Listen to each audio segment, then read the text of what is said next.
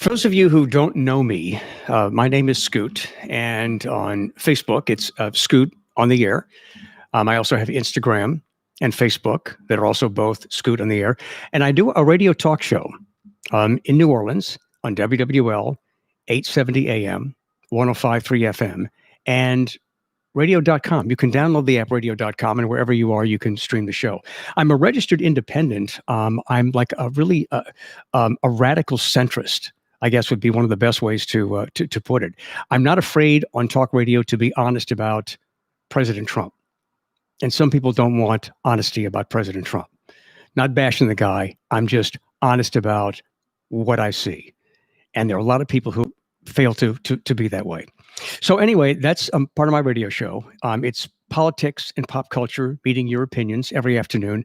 So download the app radio.com, type in WWL, and stream the show every afternoon, 1 to 4 Central Time. And I would love to have you join us. And I give out the number all the time for calling, for texting, for sending an email, and we do share a lot of these on the air. So I hope you'll join me. I want to take a moment to talk about fake news.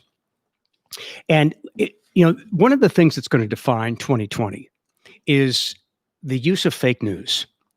And fake news has always been around, but it really has gotten even more attention the last few years, and especially this year, because President Trump made a big deal about it. He called things that were not fake news. But I want to explain, because I've been in this business a very, very long time, and I have continued to study mass media and its relationships with society. And I try to pass things on my radio show and here on Scoot on the Air, YouTube, and social media. I try to pass things on that I see concerning mass media and its relationship with the audience. Because we consume mass media, but not everybody gets it. Not everybody understands what's happening to them. And I just want to explain very, very briefly one example of how fake news starts. Well, first of all, there's a couple of different ways fake news starts. Fake news can just be a story that is totally made up. It's totally fake. And it gets attention on social media first because people want to believe it. And the best example of this is Pizzagate. Somebody called my radio show a couple of years, it was during the campaign, 2016, called live in on my radio show and said, why aren't you bashing Hillary Clinton for running a child pornography sex ring out of a pizza parlor in the DC area? And I said, what? As soon as I heard that, I said, this can't be true. Oh, yes, it's true. And because you're liberal or because you're not a conservative, you're not covering this. You're giving Hillary a pass. I simply didn't believe it because it just seemed to be too stupid to even be true. It was too stupid to be true. It was not true. And that's the whole QAnon, I guess, foundation. The idea that Democrats run a child pornography ring, and sometimes it leads to them actually consuming the children, eating them. Cuckoo. Anyway, so sometimes stories are just made up, and they work. They get a lot of attention, and they become part of, in some ways they become part of mainstream media, like talk radio, for example, because it's what people want to believe. People wanted to believe that Hillary Clinton and her chair, John Podesta, were doing that during the campaign. They wanted to believe it. So they accepted it as reality. But another way fake news starts is somebody will take a set of facts and use those facts to paint a picture.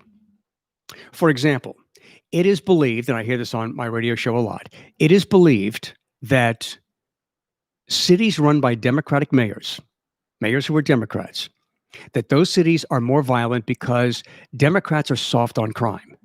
Is that true? Okay, let's think about this. Let's say the desired headline for this social media story is, homicides are up in cities run by mayors who are Democrats. Okay, that fits the narrative of what a lot of right-wingers believe. So as 2020 comes to an end, statistics are coming out about the homicide rate in major cities.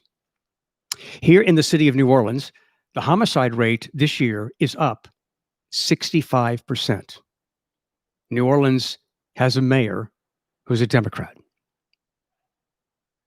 Memphis, Tennessee saw an increase this year in homicides of 62%. Memphis, Tennessee's mayor is a Democrat. Phoenix, Arizona saw homicides go up 45%. Guess what? Phoenix has a mayor who's a Democrat. Boston, led by a mayor who's a Democrat, saw the homicide rate increase 54% in 2020. And Madison, Wisconsin, look, Wisconsin was a troubled state in 2020. The homicide rate in Madison, Wisconsin went up 400% this year. Madison's mayor, a Democrat. So you put that story out there, and what happens? It catches on, and people will take this information and they'll call radio talk shows. They'll get on social media, on Facebook and Instagram and YouTube, and they'll start spreading this BS that we've got these are facts. We've got the information. You see, this is information that shows that cities run by Democrats who are mayors are violent. And look at what has happened in these cities that are led by Democrats. Look at what has happened to the homicide rate in 2020. And that spreads all over. First of all, people want to believe that, and it fits this false narrative, so it takes off. But let's tell the rest of the story. In the city of Colorado Springs, Colorado, which is a bastion of right-wing conservative Christians. I mean, they're dominated by right-wing Christians. And look, that's not a criticism. It's just an observation, and it's true. I spent a few years on the air in Denver, and so I'm familiar with Colorado Springs. So in Colorado Springs, the homicide rate went up 60% this year.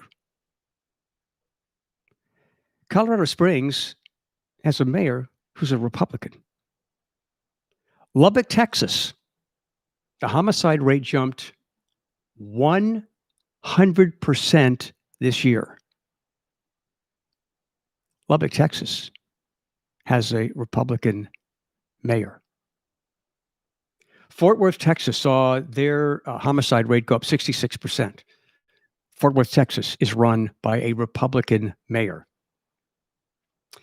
And in the city of Omaha, Nebraska, the homicide rate went up 120%. And Omaha, Nebraska has a Republican mayor.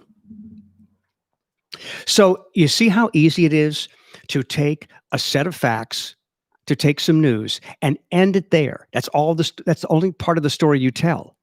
And it goes around and people are absolutely convinced, because it's what they want to believe, people are absolutely convinced that mayors who are Democrats are so soft on crime. And look, in some ways they are. I'm not denying that. You know, there are some aspects of liberal politics that are not good.